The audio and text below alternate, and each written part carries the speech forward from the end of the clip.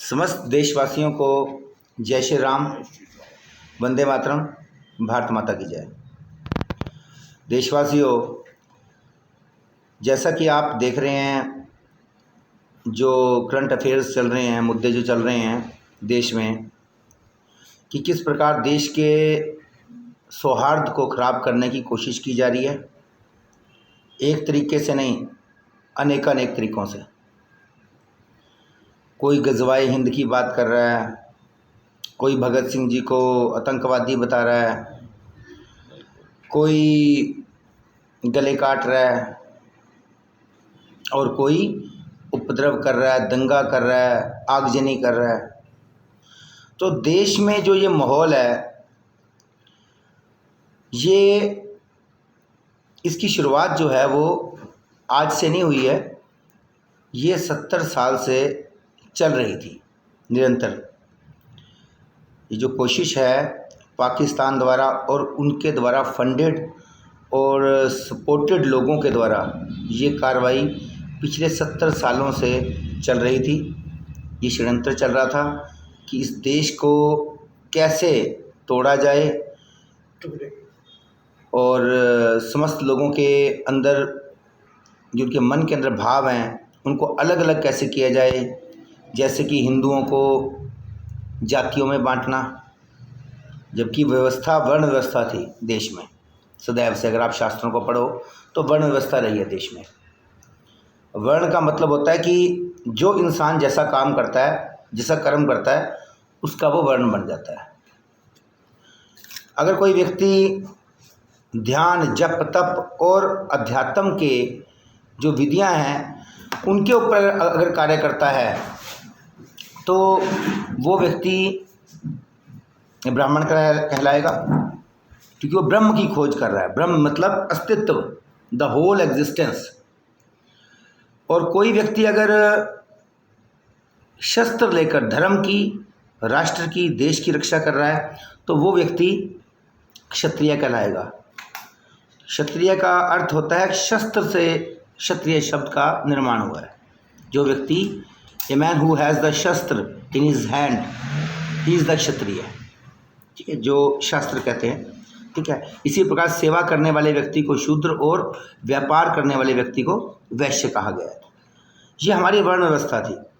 लेकिन 1000 साल के मुग़ल आक्रांता के दौर में जितने भी आक्रांता लोग आए, उन लोगों ने देश के सनातनी लोगों के अंदर ये कुंठा और आत्मग्लानि का भाव भरने के लिए ये सब जाति वगैरह ये वो और इस चीज़ को पक्का कर दिया उन्होंने, ताकि ये समाज इकट्ठा ना हो सके, संगठित ना हो सके, एक ना हो सके। और जो पाकिस्तान की पॉलिसी है वो डे वन से 1947 में देश का विभाजन हुआ, उन्होंने अपने धर्म के आधार पर, मज़हब के आधार पर पाकिस्तान लिया, जो कि पाकिस्तान और बांग्लादेश 2 देश बनते हैं। ठीक, और उसके बावजूद उन्होंने डे वन से यही एफर्ट किए कि इस देश के टुकड़े कैसे किए जाएं। इसके तहत उन्होंने 1948 में हमला भी किया था कश्मीर पे, फिर 2000 के अंदर किया था वो कारगिल किया, 71 वॉर पता है आपको। ठीक है, 65 की वॉर पता है। तो उसके बाद ये लोग जो फंडेड करके लोगों को फंड देके और बाहर से पैसा भेज रहे थे by the route of Dubai और कई देशों से, तो ये सब देश को तोड़ने की जो साजिश की जा रही थी उसके परिणाम आज आ रहे हैं पूरे देश के सामने। ठीक है, और सनातनी समाज के अंदर कुंठा पैदा करने के लिए फिल्म इंडस्ट्री में इन लोगों ने इतना, जिसे कहते हैं ना, गंदगी डाली। अब रिसेंटली मैंने वीडियो बनाया था कि आश्रम सीरीज़ के ऊपर, कि आश्रम में जो किरदार दिखाए गए हैं वो बहुत चर्चित किरदार हैं देश के। ठीक है, और आपने उनके ऊपर वो बना के एक सीरीज़, मूवी नहीं सीरीज़, मूवी होती है 3 घंटे की। ठीक है, आदमी ने देखी, बात ख़त्म। लेकिन सीरीज़ बनाने का मतलब ये होता है कि आपके दिमाग में डेली प्रतिदिन वो डोज दी जा रही है, वो जहर आपके दिमाग में, मन मस्तिष्क में, आपकी जो सबकॉन्शियस ब्रेन है उसको इफेक्ट करने के लिए उसमें ये चीज़ें, जहर कितना धीरे धीरे, स्लो पॉइजन कितना डाली जा रही थी। ठीक, जबकि और किसी धर्म के बारे में बना के दिखा दे बॉलीवुड वाला कोई ऐसा। ठीक, और सनातनियों की बात रही तो सनातनियों ने कभी जाके कभी किसी देश पे हमला नहीं किया। इसको आप सनातनियों की शराफत कहो, उनकी भोलापन कहो, या उनकी बेवकूफ़ी कहो। ठीक, वर्तमान संदर्भ में। ठीक है, और जो ये प्रोपेगेंडे बनाए गए हैं कि 1947 से पहले देश में एक सुई नहीं बनती थी, तो नेहरू जी महाराज आए और ये आए जी और वो आए। इनसे ज़रा पूछो कि अब तो हॉलीवुड भी मूवीज़ बना रहा है। ठीक है, अलेक्जेंडर मूवी आई हुई है। ठीक है, उसमें अपना एंजेलिना जोली ने भी किरदार किया है, वर्ल्ड की टॉप एक्ट्रेस है। और उसके अंदर साफ दिखा रखा है कि मैसेडोनिया से जब अलेक्जेंडर निकला और पूरी दुनिया को फतेह करता हुआ, ये मिडल ईस्ट को और सारे इसको गल्फ़ को फतेह करता हुआ जब वो इंडिया पहुंचा, तो उसने राजा पोरस के साथ युद्ध किया और राजा पोरस ने उसके भाला मारा और वो घायल हो गया बहुत बुरी तरह से, और फिर उसको यहाँ से इंडिया से ले गए। तो इनसे बंदा पूछे, ये वामपंथी जो इतिहासकार हैं, 2 कौड़ी के हैं, ये 2 कौड़ी के जो बने फिरते हैं, जो सनातन धर्म के द्रोही लोग, इनसे पूछे कि वो जो अलेक्जेंडर विश्व विजेता को अगर पोरस ने हराया तो क्या इनके बाप के घर से लेके आया था क्या हथियार? ये तो कहते हैं ना सुई नहीं बनती। तो ये जो आपके मन मस्तिष्क के अंदर जहर घोले गए हैं। ठीक, और इनको ये नहीं पता कि सनातन धर्म के अंदर दुनिया का एकमात्र धर्म है। तभी तारिक फतेह एक बात बिल्कुल सही कहते हैं, जब उनसे पूछा गया ना कि what is the idea about the India, तो उन्होंने कहा कि इंडिया है तो दुनिया है, क्योंकि ये धरती का एकमात्र ऐसा धर्म है सनातन जो कर्म में विश्वास रखता है, जो किसी डायनेस्टी में विश्वास नहीं रखता। आप भगवान श्री रामचंद्र जी को देख लो, भगवान श्री राम जी के वंशज तो आज भी हैं यहाँ पे। जोधपुर के एक खानदान भी रामचंद्र जी की वो लवकुश के वंश में से है, लेकिन कोई हिंदुस्तानी को उनको पूछ थोड़ी रहा है। अच्छा, रामचंद्र जी के चाचा जी का नाम क्या था, किसको पता है क्या? उनके दादाजी का नाम क्या था, पता है क्या किसी को? नहीं। रामचंद्र जी भगवान का नाम इसलिए पता है क्योंकि उनके कर्मों के कारण, बिकॉज ऑफ हिज कर्मास। ठीक, मैं कई बार अपने सनातनी भाइयों से विचार विमर्श करता हूँ, बातचीत करता हूँ, तो मैंने कहा देखो ना कि रामचंद्र जी पे जब विश्वामित्र जी आए, मतलब कि राजा दशरथ के पास, कि अपने बच्चे दोनों मुझे दो। ठीक है, थोड़ी उम्र के बच्चे, क्योंकि अभी वो उन्होंने पहले जप तप ध्यान सीखा और उसके बाद, मैं बिल्कुल सिस्टमेटिकली बता रहा हूँ, आप किसी भी शास्त्र में चेक करके देखना, बिल्कुल ऑथेंटिक, बिल्कुल 100% ऑथेंटिक बात कर रहा हूँ मैं, मेरी बात की काट ही नहीं कर सकता कोई, क्योंकि मैं शास्त्रों से जो विदित है वही बता रहा हूँ आपको। ठीक है, तो बच्चा जब पैदा होता है, ठीक है, थोड़ा बड़ा हुआ, उसके बाद उसको गुरुकुल में भेजने की परंपरा थी। गुरुकुल के अंदर पहले बच्चे को शस्त्र विद्या कभी नहीं सिखाई जाती थी, कभी भी नहीं। पहले उसको जप तप और ध्यान सिखाया जाता था, ताकि उसको संयम, सहनशीलता, अनुशासन, डिसिप्लिन उसके अंदर आए, वो दूसरों के प्रति करुणा से भरे। ठीक, और उसके बाद उसको शस्त्र विद्या का अध्ययन करवाया जाता था ऋषि मुनियों के द्वारा। ऋषि मुनियों को आप आज के मॉडर्न जगत में आप उनको पदार्थ का और चेतना का, दोनों का वैज्ञानिक कह सकते हो। पदार्थ का, मेटेरियलिज्म का, और भौतिक वस्तुओं का, और चेतना का, कॉन्शियस का, उनका वैज्ञानिक कह सकते हो। तो उनका हर चीज़ बड़ी सिस्टमेटिकली ढंग से उन्होंने की। तो जब रामचंद्र जी को और लक्ष्मण जी को लेने के लिए विश्वामित्र जी आए, अभी शस्त्र विद्या सीख के कुछ दिन पहले ही घर आए थे वो। ठीक है, जबकि उनके पिताजी घबरा रहे थे, आप शास्त्रों में पढ़ो कि अपना मैं अपने बच्चों को भी भेज रहा हूँ। ठीक है, तो थोड़ा बाप चिंतित हुआ, लेकिन फिर भी उसने अपने राज धर्म का पालन करते हुए अपने बच्चे भेजे, राम और लक्ष्मण दोनों, जो अल्पायु के थे वो भेजे। विश्वामित्र जी के यज्ञ में जो राक्षस आके विघ्न डालते थे, उनको मारने के लिए राम और लक्ष्मण जी गए हैं। इतनी अपार सेना थी राजा के पास, राजा ने सेना नहीं भेजी कि मेरे बच्चों की जान को रिस्क क्यों हो, सेना जाए, नहीं। सनातन में कर्म की वैल्यू है, कर्म का सिद्धांत है। और रामचंद्र जी को भगवान इसलिए कहते हैं, रामचंद्र जी तो हमारे हैं ही आराध्य है। जो भी सनातन में अच्छे कर्म करेगा, सत्य कर्म करेगा, आध्यात्मिक कर्म करेगा, किसी और दीन दरिद्र दुखी की सेवा करेगा, दुष्टों का अंत करेगा, उसको ही हम भगवान कहते हैं, कहेंगे। भगवान का शब्द का अर्थ एक लोगों को ना मिस इंटरप्रिटेशन हो जाता है, क्योंकि ना तो हमारे गुरुओं ने ना कथावाचकों ने बताया। भगवान का जो अर्थ होता है, भगवान इट मीन्स, भगवान मतलब गॉड ना। यहाँ पे गॉड नहीं होता, गॉडलीनेस होती है, हमेशा भगवत्ता होती है। और भगवान किसको कहा जाता है? ए man who is fulfilled by the godliness is the God. एक व्यक्ति जो भगवत्ता से परिपूर्ण है उसको भगवान कहा जाता है। भगवान का अर्थ ये होता है कि उसने ही सब कुछ किया, नहीं अपने।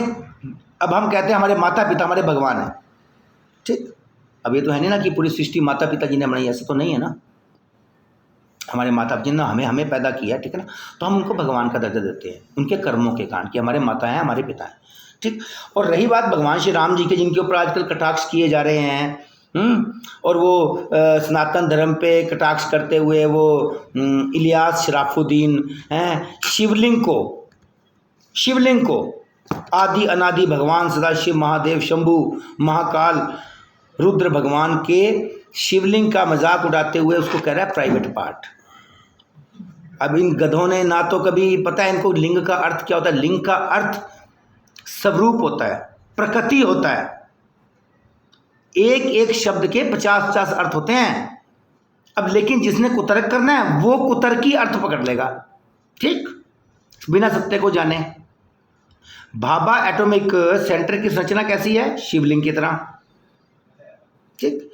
और भी बड़ी बातें जो मैंने लास्ट वीडियो में बताई थी कि सन लेबोरेटरी ने भगवान सदाशिव की तांडव करती हुई नटराज की वो मूर्ति लगा रखी कि धरती का उत्पत्ति के लिए। चलो एनीवेज, तो आज का वीडियो का कॉन्सेप्ट है हमारा भगवान श्री रामचंद्र जी के ऊपर, कि रामचंद्र जी को भगवान क्यों कहा जाता है। क्यों कहें भाई भगवान चंद्र जी को भगवान को हम भगवान क्यों कहें, कारण क्या है? अगर कोई बंदा सवाल पूछता है तो, ठीक।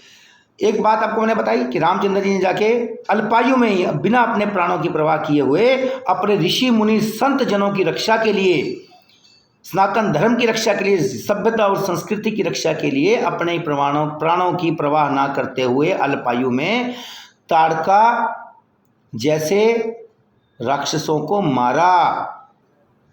ताड़का, मरीच, ये सब थे। मरीच भी उस युद्ध में भागा था, आप इतिहास पढ़ के देखो। अच्छा एनीवे, आफ्टरवर्ड जब माता कैकेयी ने वरदान लिया हुआ था जो दशरथ जी से, उसको पूरा करने का तो फर्ज दशरथ जी का था। रामचंद्र जी ने तो कोई वचन नहीं दिया था, ना लक्ष्मण जी ने दिया था कोई वचन, ना सीता मैया ने तो कोई दिया था वचन। लेकिन अपने पिता को तनाव में देख के, टेंशन में देख के रामचंद्र भगवान ने मिले मिलाए राजपाट की बात कर रहा हूं मैं, मिले मिलाए राजपाट को ठोकर मार के, लात मार के वो जंगल चले गए 14 वर्ष के लिए। और जंगल जाना बड़ा ही दुरूह और दुर्गम कार्य है। जरा 4 दिन जंगल में रह के आओ, जरा देख के तो आओ, मच्छर ही मुंह सुझा देंगे 4 दिन के अंदर। यानी कि बहुत ही कठिन विषम परिस्थितियां हैं।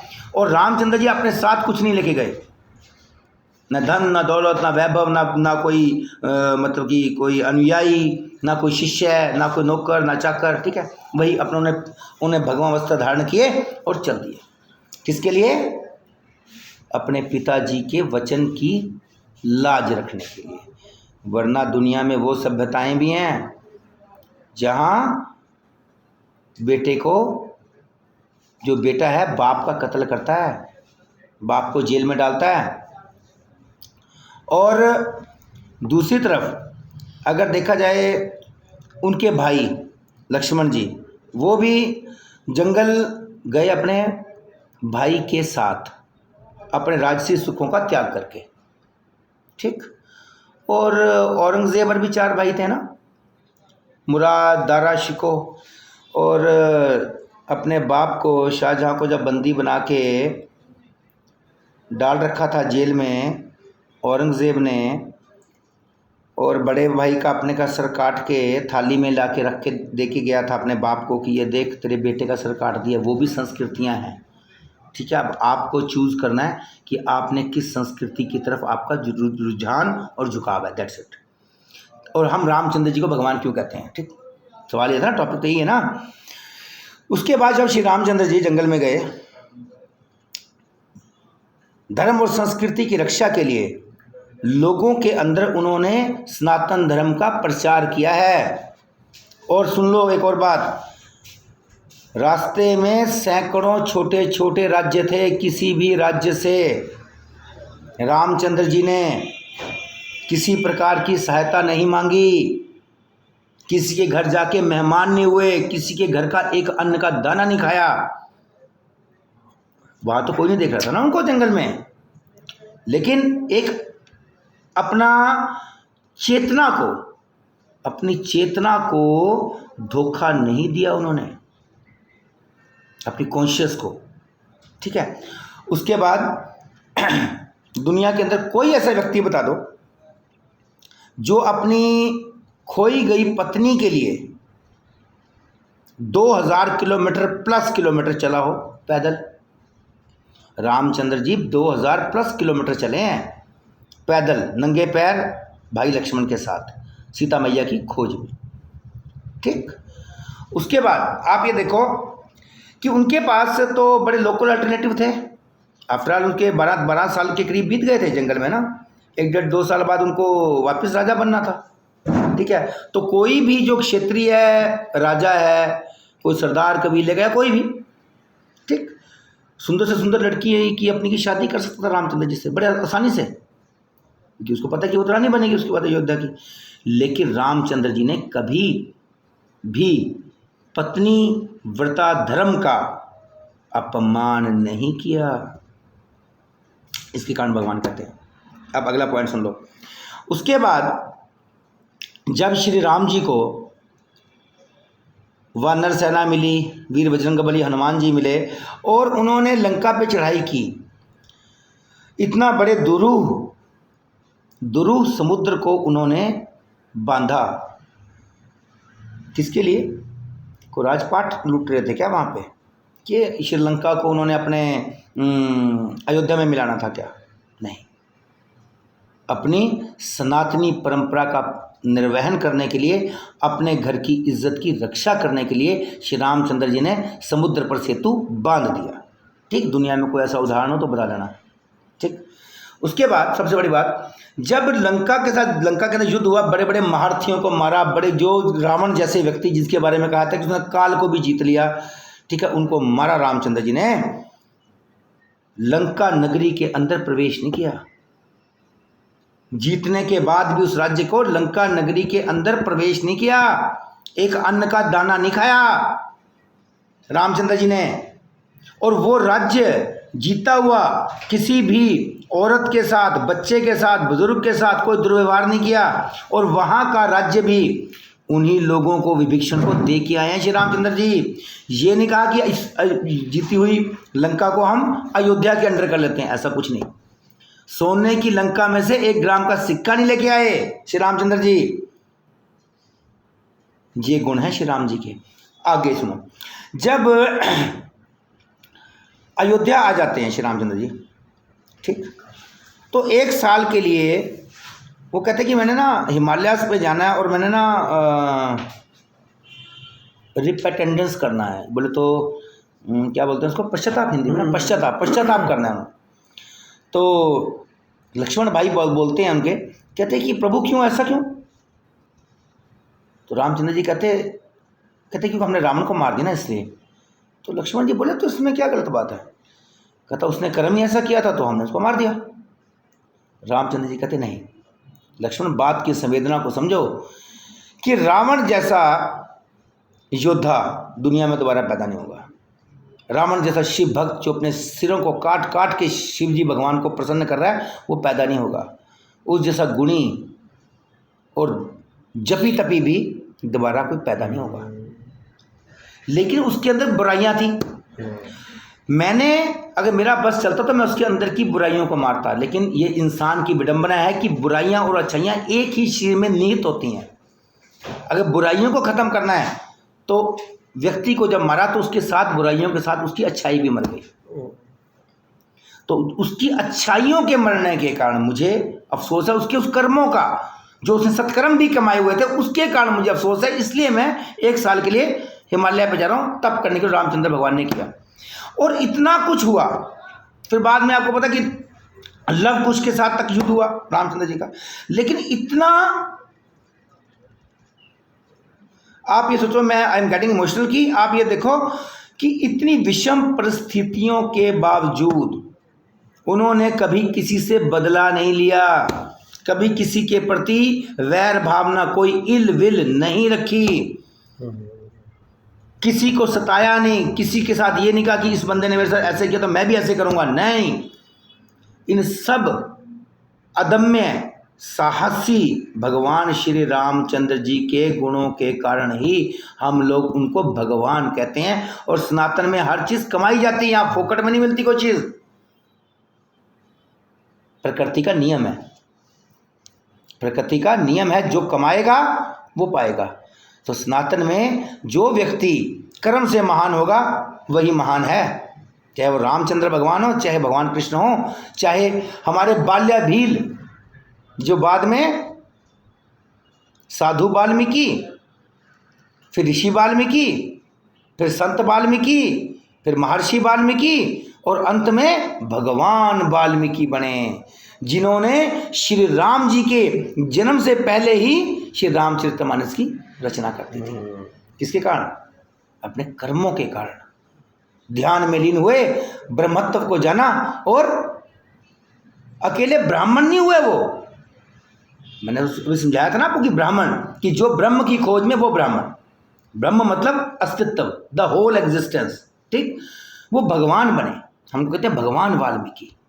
और सीता मैया जब घर से गई हैं तो अपने पिता जनक के राज्य में नहीं गई। देखो आप ये भी देखो, अपने पिता जनक के राज्य में नहीं गई, वो राजा थे जनक, वो कहाँ गई? भगवान वाल्मीकि के आश्रम में। लव कुश को वहाँ लव कुश में जन्म लिया, और लव कुश को भी जैसे विश्वामित्र जी ने रामचंद्र जी को शिक्षाएं दी थी, वही जप तप ध्यान, उसके बाद शस्त्र विद्या, वही वाल्मीकि जी ने जप तप ध्यान फिर शस्त्र विद्या लव कुश को सिखाई, और ऐसे सीखे वो कि रामचंद्र जी की पूरी सेना को उन्होंने परास्त कर दिया था।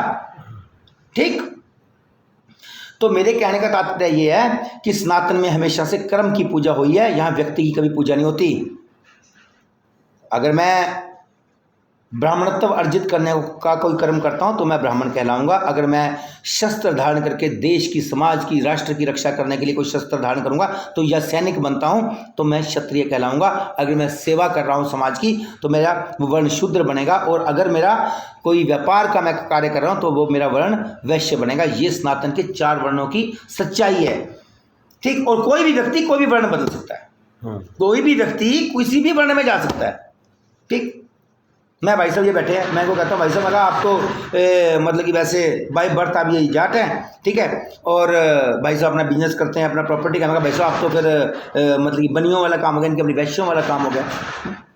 ठीक है, तो कहने का मतलब कि सनातन में वर्ण व्यवस्था है, जाति व्यवस्था का कॉन्सेप्ट था ही नहीं कभी।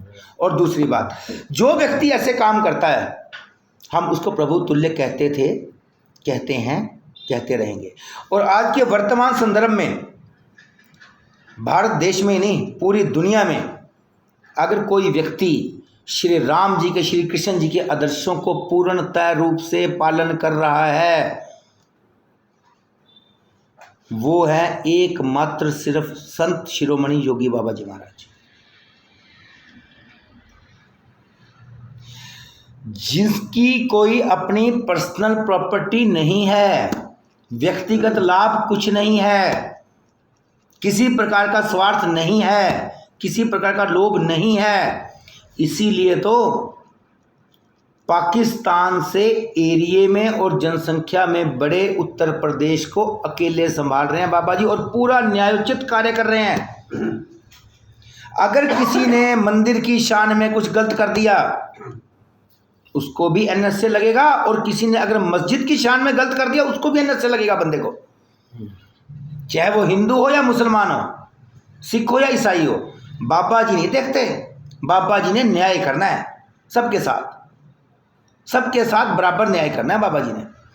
और अगर संत शिरोमणि योगी बाबा जी महाराज का उनके कर्मों के अंदर अगर कोई व्यक्ति खोट निकालता है ना, तो एक बात याद रखना कि वो व्यक्ति वही होगा जो इंसान स्वार्थी होगा, लालची होगा, कपटी होगा, वामपंथी होगा, या सनातन धर्म के विचारों को ना मानने वाला सनातन द्रोही होगा। बस मुझे बाबा जी का एक कार्य बता दो आप, जिसके कारण आप ये कह सको कि योगी बाबा जी ने फला कार्य गलत किया। क्या अपने घर परिवार के लिए कुछ बनाया क्या? या तो एक आम सरपंच बन जाता है, कोई विधायक बन जाता है, कोई सांसद बन जाता है, वो तो पता ही आपको, तो करोड़ों अरबों रुपए के अंदर कर लेता है।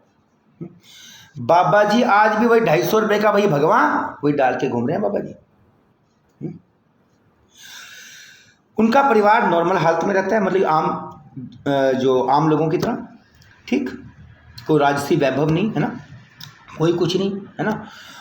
और बाबा जी अपने कर्मों को ऐसे कर रहे हैं। अभी मैं एक वीडियो देख रहा था कि एक वो बाबा जी गए वहाँ पे, कहीं किसी दलित बेचारी लड़की थी कोई, उसके परिवार के मतलब वो काफ़ी गरीब थे, तो उनको जो वो आवास योजना के तहत घर मिला, तो बाबा जी निरीक्षण कर रहे सब जगह, ठीक है। और बाबा जी अपनी टीम को लेकर निरीक्षण कर रहे थे, तो उनके देखा कि यहाँ पर घर है या नहीं, तो बाबा जी खुद निरीक्षण कर रहे हैं। फिर उन्होंने बेचारे बड़ा आदर किया और बाबा जी नीचे बैठ के धरती पे भोजन कर रहे हैं आराम से, नॉर्मल अपना खाना, ठीक है। 2 सब्जियाँ होंगी या रोटी, अपना बाबा जी ने खा के और चलते बने, ठीक है।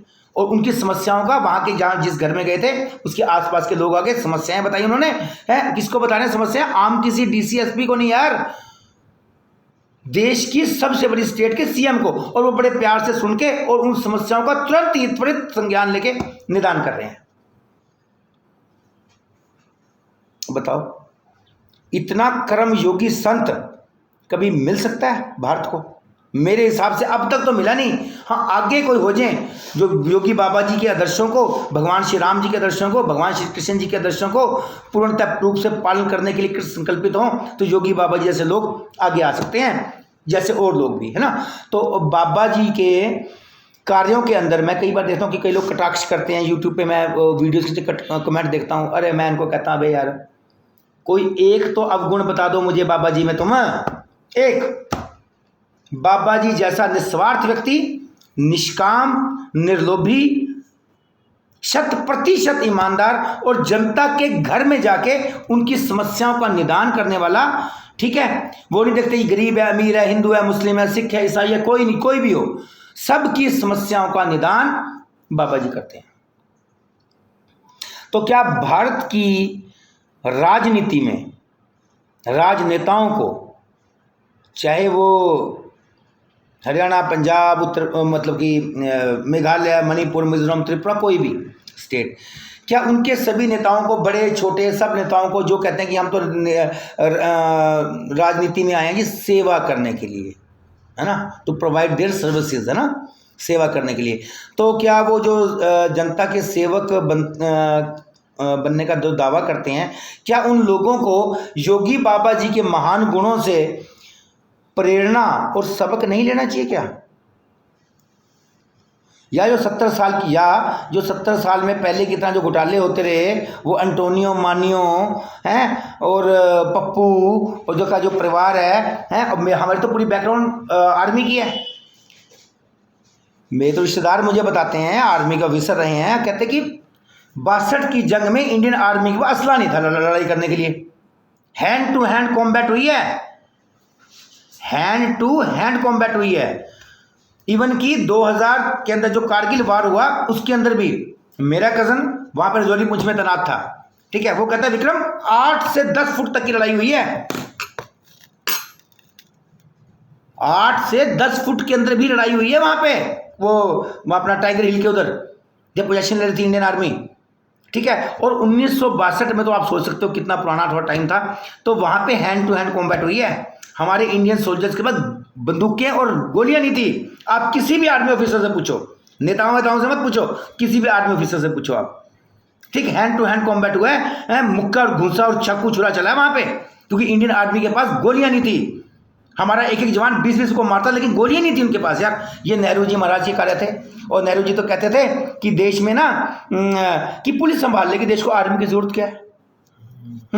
और आज आपका मोदी जी का बयान पढ़ो, अखबार में सुबह तक आ जाएगा। मोदी जी ने वीडियो वायरल हो रहा है, मोदी जी कहते कि मैंने अपने देश की जो रक्षा पद्धति है उसको सबसे ज़्यादा दुनिया में अग्रणी और विकसित करना है। दुनिया के सबसे अच्छे हथियार मेरे सैनिक के, मेरे भारत के सैनिक के पास होने चाहिए।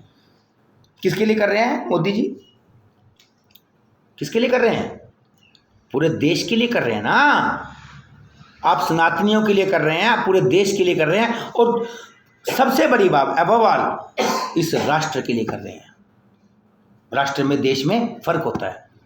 देश एक भूमि का टुकड़ा है, just a piece of land, nothing else. राष्ट्र के अंदर आपके सरोकार, आपकी सभ्यता, संस्कृति, आपके महापुरुषों की टीचिंग्स, उनके जो ज्ञान है, अध्यात्म, हर चीज़ का कम्बिनेशन जो होता है जिस जगह पे, दैट इज कॉल्ड राष्ट्र। तो मोदी जी सबसे पहले राष्ट्र बचाने की कोशिश कर रहे हैं, ठीक है। और इसलिए समस्त देशवासियों से अपील है, खासकर सनातनियों से, कि मोदी जी का साथ दो आप, ठीक है। वो अपने लिए नहीं कर रहे, ठीक है, अपने परिवारों के लिए नहीं कर रहे कुछ भी, ठीक है, आपके लिए कर रहे हैं, देशवासियों के लिए कर रहे हैं, समस्त सनातनी समाज के लिए कर रहे हैं। और दुनिया के एकमात्र सनातनी देश जो बचा है, जहाँ पे राम पैदा हुए, कृष्ण पैदा हुए, बुद्ध पैदा हुए, कबीर पैदा हुए, नानक, दादू, सरोपा, तिलोपा, नागार्जुन, मीरा जी जैसी महान विभूतियाँ पैदा हुई, गुरु नानक देव जी महाराज ने जन्म लिया, 10 गुरुओं ने जन्म लिया, ठीक, और बहुत महापुरुषों ने, ठीक है। उन सब की सभ्यता, संस्कृति जो उनकी देन है हमें, जो उनकी दातार है हमें, उन सब को बचाने के लिए, इस राष्ट्र को बचाने के लिए और सामाजिक ताने बाने को बचाने के लिए मोदी जी हर एक कार्य कर रहे हैं। कृपया उनका साथ दो, कृपया उनका साथ दो। आप सभी सनातनियों से खासकर मेरी यही अपील है। इसी शब्दों के साथ जय हिंद, जय भारत, भारत माता की जय, वंदे मातरम।